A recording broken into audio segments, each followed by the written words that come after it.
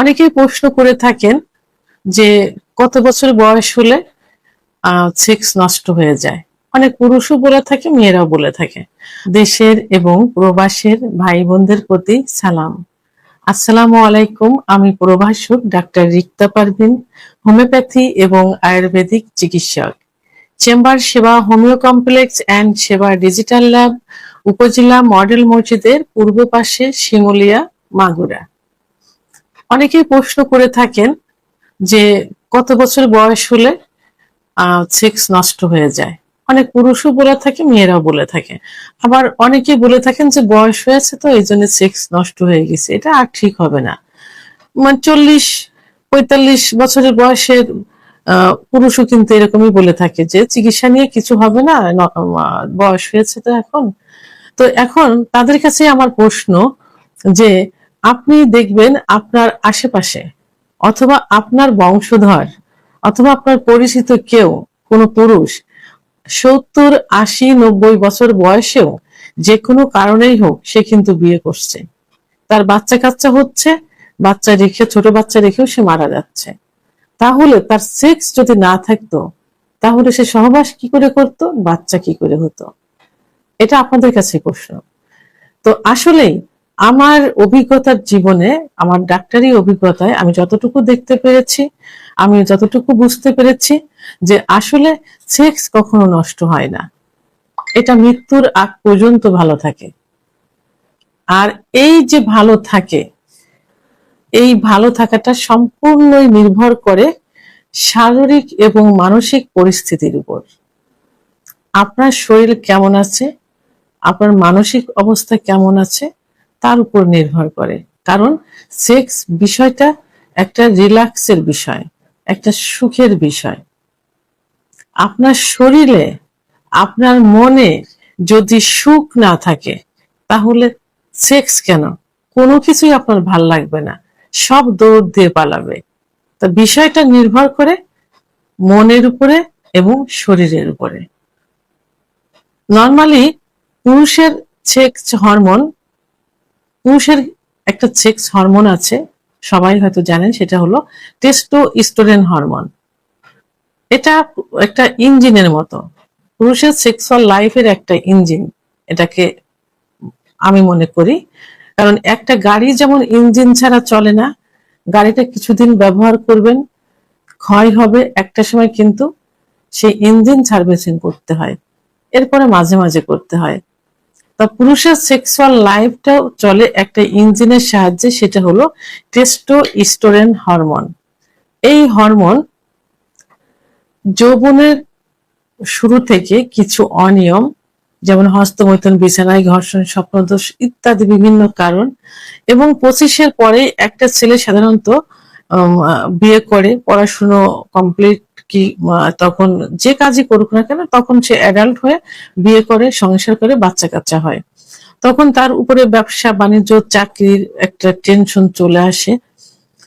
দেখা যায় খাবারের অনিয়ম, ঘুমের অনিয়ম, এবং যে 30-এর পরে যে কিছু কিছু রোগ, 30-এর পরে না, এটা এখন আগেও হয়ে থাকে, 25-এর পরে যে সাধারণত এই রোগগুলো দেখা যায়, যেমন ডায়াবেটিস, উচ্চ রক্তচাপ, হার্টের সমস্যা, কোলেস্টেরল, বিভিন্ন যে রোগগুলা, এই রোগগুলোর কারণে এই হরমোনগুলো 30-এর পরে যে কোনো সময় এটা কমে যেতে পারে।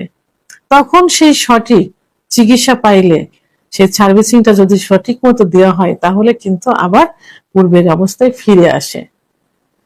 তো এখন আর মহিলাদের সেক্স হরমোন সাধারণত, বিশেষ করে যেটা দেখা যায় যে 40-এর পরে যে কোনো সময় একটা মেয়ের মেনোপজের বয়স এসে যায়, অর্থাৎ মাসিক বন্ধের বয়স এসে যায়, তখন তার বডিতে যে হরমোন থাকে, বিভিন্ন হরমোন থাকে, তো এই হরমোনগুলোর তারতম্য দেখা যায়, বিশেষ করে ইস্ট্রোজেন হরমোন তখন কমতে থাকে।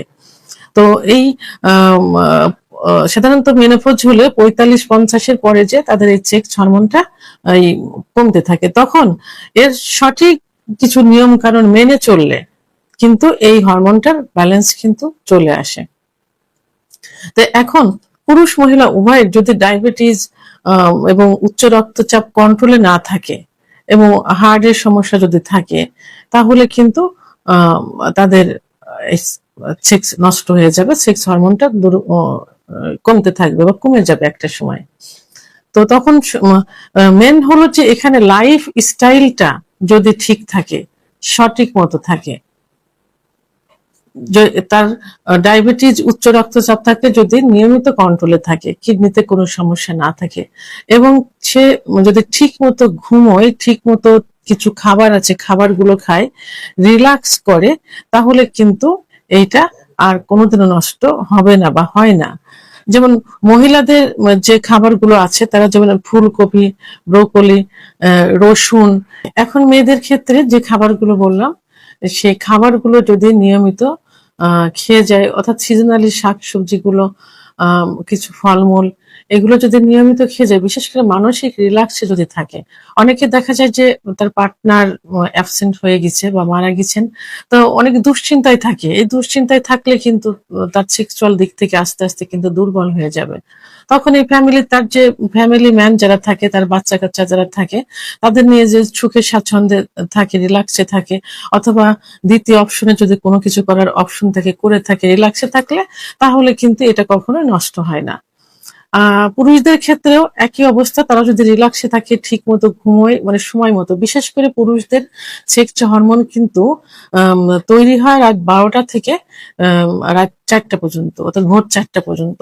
অনেক সময় দেখা যায় যে অনেক পুরুষ এই সময় জেগে থেকে ভোরের দিকে ঘুমোতে যায়, তাহলে তাদের কিন্তু হরমোন তৈরি করার, যে টেস্টোস্টেরন হরমোন তৈরি করার যে সময়টা, এই সময়টা কিন্তু পার হয়ে গেল। তাহলে এইভাবে যদি দিনের পর দিন করতে থাকে, তাহলে তো সেটা নষ্ট হয়ে যাবে।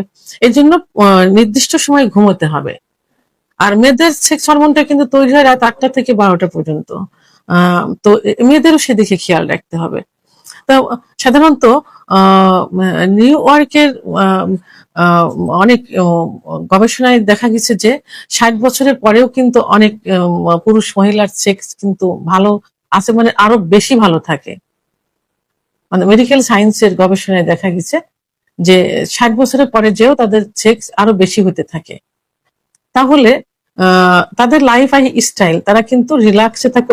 মেন যেটা সমস্যা, যেটা হলো রিল্যাক্স এবং নিয়মতান্ত্রিক জীবন, এই দুইটা যদি ঠিক রাখা যায়, তাহলে কিন্তু পুরুষ মহিলা যেই হোক না কেন, কারোর সেক্স কোনোদিনও নষ্ট হবে না মৃত্যুর আগ পর্যন্ত।